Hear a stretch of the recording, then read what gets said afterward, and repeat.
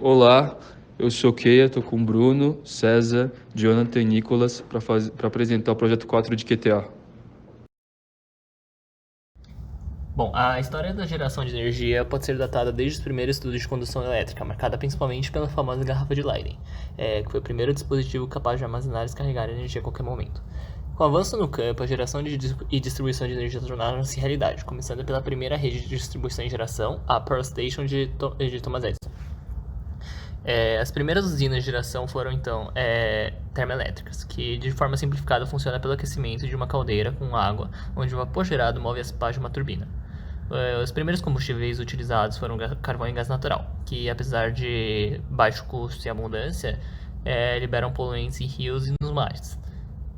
O próximo passo tomado foi na direção da atomística, onde surgiu os reatores nucleares. Apesar do que muitos pensam, a energia nuclear é uma das mais seguras do mundo, mas acidentes como Chernobyl e Fukushima tiveram impactos massivos demais para serem ignorados. Então, diante dos problemas das fontes apresentadas, uma preocupação por um futuro mais sustentável levou a atenção para fontes renováveis. A energia solar que iremos abordar evoluiu consideravelmente desde o nascimento, conforme os anos, reduzindo os custos e aumentando a eficiência, apresentando um dos maiores crescimentos entre todas as fontes nos últimos anos. Uma vez tendo um contexto tanto da energia solar quanto da energia em si, podemos agora ir para as especificidades do projeto, como o funcionamento e o princípio de funcionamento das células solares sensibilizadas por corante. Bem, primeiro vamos à sua composição. Ela é composta por um vidro que é condutor de eletricidade de um lado e isolante no outro, e sobre o lado condutor é aplicada uma camada de óxido de titânio, TiO2, que é posteriormente fotossensibilizado usando um corante que tem como sua principal componente rubênio.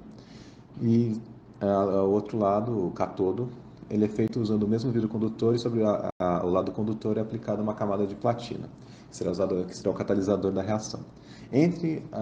Ajustando as duas placas com os lados condutores virados um para o outro, é colocado entre eles um eletrólito, que irá servir para poder fazer a reação de oxirredução. No caso, é o iodeto e o triodeto. A principal reação que permite a geração de energia é um fóton, que vem do Sol, atinge o corante que tem um dos seus elétrons da última camada excitado, atingindo um novo nível de energia. Então, já que ele está numa posição estável, energizado, ele vai buscar a camada mais estável próxima, que no caso vai ser a do dióxido de titânio. Assim, conduzindo esse elétron até o dióxido de titânio, que usará a rede formada pelas nanopartículas dele, e vai conduzir esse elétron passando por um fio que conecta as duas placas. Isso gerando, então, um fluxo de elétrons, portanto, corrente, assim permitindo acionar uma carga. Uma vez chegando no contraeletrodo, ele vai encontrar o iodeto e transformar em triodeto. E, por sua vez, o triodeto vai passar um elétron para o corante, o regenerando, assim permitindo a continuação da reação indefinidamente. Agora eu vou falar a parte dos experimentos. O experimento foi dividido em 4 partes. Cada parte representa o processo necessário para a confecção de uma célula solar. A seguir, serão explicados detalhadamente os processos e os cuidados considerados para realizar os laboratórios. No começo, foram utilizadas placas de vidro com lado condutor de 2 cm a 3 cm e uma fita adesiva para marcar a área onde será aplicada a pasta de dióxido de titânio, com bastão de vidro. Após aplicar a pasta e retirar a fita, são colocados os vidros em um forno com o intuito de aquecer em uma temperatura de 450 graus Celsius por 45 minutos. Assim, formando conexões entre as partículas, apresentando uma rede de nanopartículas condutoras de elétrons. É importante ressaltar que a pasta de dióxido de titânio deve necessariamente ser aplicada na parte condutora do vidro, uma vez que, caso aplicado no lado errado, o circuito não fechará e não será conduzida a corrente. Aquecidos os componentes, tais são colocados em uma solução de corante para se estabelecer na superfície dos vidros, deixando em repouso por 24 horas. Corante é necessário para absorver luz e transferir seus elétrons excitados para a camada de dióxido de titânio, que serão consequentemente transferidos pelo circuito. No período de espera das 24 horas, um novo componente deve ser confeccionado, sendo esse um eletrodo com furo coberto de ácido cloroplatínico. Para gerar esse segundo eletrodo, é necessário um vidro com uma parte condutora, uma parte isolante e um furo, além de uma solução alcoólica de ácido cloroplatínico. O processo deve começar com uma gota de solução de platina sendo adicionada sobre a parte condutora do vidro na região ao redor do furo. Após a primeira gota secar, deve ser adicionada uma segunda gota, tomando cuidado para que toda a área do redor do furo seja coberta. Com a solução já seca após a segunda gota, o eletrodo coberto com platina deve ser aquecida a 450 graus Celsius por 45 minutos. Esse aquecimento tem como intuito decompor a solução de platina para obter somente o catalisador platina, que tem como função aumentar a velocidade da reação de oxirredução envolvendo o eletrólito e o corante. A segunda parte do experimento é composta pela montagem das células solares a partir dos dois eletrodos confeccionados na parte anterior. Para montar as células solares, além dos eletrodos, são necessários pedaços de termoplásticos para cobrir a área ao redor da área ativa. A área ativa seria o dióxido de titânio mais o corante e do primeiro eletrodo confeccionado. Em seguida, a parte condutora do eletrodo com platina é colocada contra o eletrodo com termoplástico de forma que os eletrodos fiquem voltados um para o outro e presos com presilhas. Com os eletrodos juntos, o sistema deve ser aquecido a 130 graus Celsius por 7 minutos, com o intuito de unir os dois eletrodos ao aquecer o termoplástico. Além da fixação das placas, o aquecimento do termoplástico será importante para vedar e isolar o eletrólito nas etapas seguintes. Com os 7 minutos passados, 2 gotas do eletrólito triodeto devem ser colocadas sobre o furo do sistema, que então vai para uma câmara de vácuo por 2 a 5 minutos até o eletrólito borbulhar. O eletrólito funcionará como um agente redutor na célula solar, regenerando o elétron perdido pelo corante. A platina adicionada anteriormente catalisa justamente entre a reação de oxirredução. Após a câmara, o excesso de eletrólito deve ser do canal do furo e com uma lâmina de vidro e mais termoplástico. O furo deve ser tapado, seguindo o mesmo processo de aquecimento do sistema a 130 graus Celsius por 7 minutos. É importante remover o excesso de eletrólito para que o termoplástico seja corretamente fixado e a placa vedada. A terceira parte do experimento foi montar um circuito com as células solares iluminando com uma lâmpada LED, cuja potência deve ser conhecida, utilizando 2 multímetros e um PWM. O intuito desse circuito é obter medições das correntes e voltagens. Inicialmente, o PWM deve ser ajustado para medir os valores da corrente e voltagem iniciais. Com as medidas iniciais obtidas, abrindo a válvula do modulador lentamente, podem ser adquiridas novas medições para construir gráficos corrente-voltagem, e esse processo foi feito em 4 células diferentes. Em 2 células que absorveram bem o corante e as outras 2 onde o corante não foi bem absorvido. A última parte do experimento foi feita para simular um sistema de geração de energia para um dispositivo de baixo consumo. No nosso caso, foi uma ventoinha, a partir das células solares produzidas nas etapas anteriores. Para simular o sistema off-grid de geração, armazenamento e consumo, foram utilizadas pilhas recarregáveis. Para que o dispositivo tivesse a autonomia de poder gerar energia suficiente para alimentar o sistema, foi calculada a necessidade de 2 séries de 3 células conectadas em paralelo. Assim, o sistema teria uma DTP mínima para carregar a pilha. Uma vez estando de posse dos dados experimentais obtidos nos 4 labs, podemos então aplicar o método da caracterização por curvas de corrente versus tensão.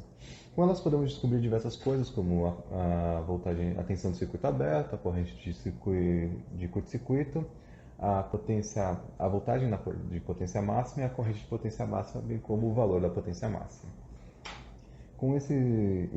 Contudo, ela tem as suas limitações, pois tem condições de contorno, como a irradiância do local em que o experimento foi realizado e a área da superfície da célula solar, não é possível determinar outros fatores muito importantes, como a eficiência e o fator de preenchimento. À esquerda do slide é perceptível uma curva que é, no caso, a curva padrão ou a mais comum de se obter durante esses experimentos.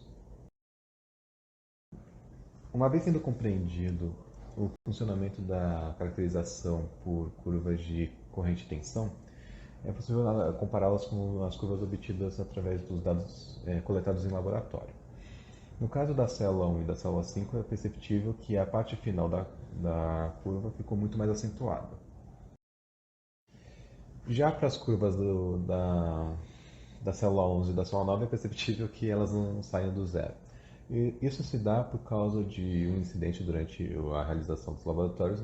No caso, foi uma contaminação das amostras durante a fase de aquecimento por óxido de silício, que acabou impedindo a difusão do corante nas nanopartículas de óxido de titânio, o que afetou significativamente a qualidade das células, causando essas deformações na curva, fazendo elas ficarem muito mais longe do que o exemplo que foi dado anteriormente.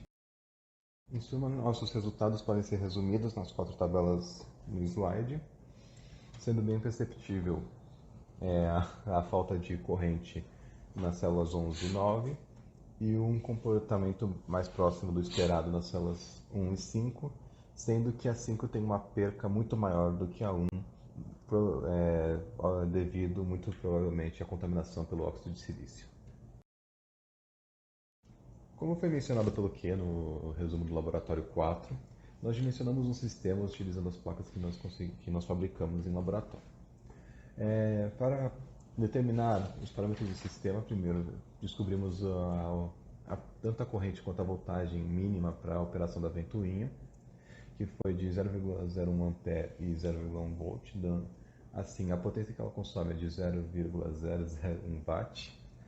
Assim foi possível a gente determinar o consumo diário da ventoinha, o que nos possibilitou descobrir quantas placas células solares eram necessárias para operar, no mínimo para operar ela continuamente. No caso, devido às circunstâncias de contaminação do experimento, a gente acabou usando 2, quando na realidade, em situações ideais, seria necessário apenas uma para fazer o funcionamento contínuo. Contudo, para o dimensionamento final do sistema, levando em consideração que também seria necessário uma bateria para armazenar a energia, para que o sistema continuasse operando 24 horas direto, mesmo quando não houvesse luz. Então acabaram ficando 3 células solares em série para poder dar a voltagem de 1,5, um pouco superior a 1,5, já que cada célula compõe 0,6 volts. E colocando as 2 em séries para garantir que ela vai ter a corrente mínima de 0,01 ampere para que a ventoinha funcione. Bom, para comparar o sistema desenvolvido com uma aplicação na vida real, foi feito um sistema off-grid. Nesse caso, o local considerado é a cidade de São Paulo, mais especificamente no INSPER. E já para as células solares, o grupo procurou alguns modelos na internet que julgávamos adequados e acabamos utilizando um da empresa Descent Pace. Após efetuar todos os cálculos, o número de placas necessárias para manter o sistema foi dado por 3 placas. Já o número de baterias foi dado por 6.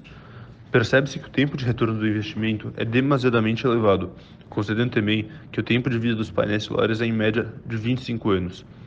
Isso se dá principalmente pelo perfil de consumo utilizado na análise. A média de consumo de área nacional utilizada pode ser muito baixa para justificar o uso de células solares, uma vez que o custo de implementação acaba não sendo compensado pelos baixos valores pagos.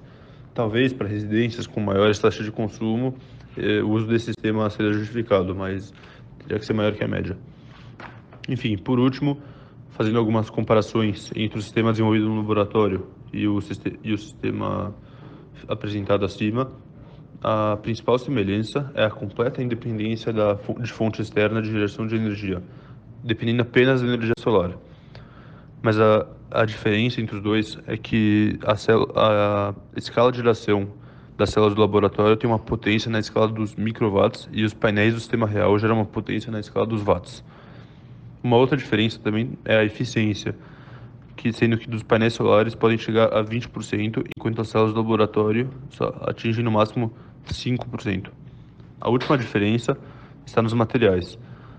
o das placas comerciais é o silício, enquanto na do laboratório é o TiO2, corante e platina, o que muda significativamente o custo, sendo a de silício muito mais cara do que a TiO2 com corante.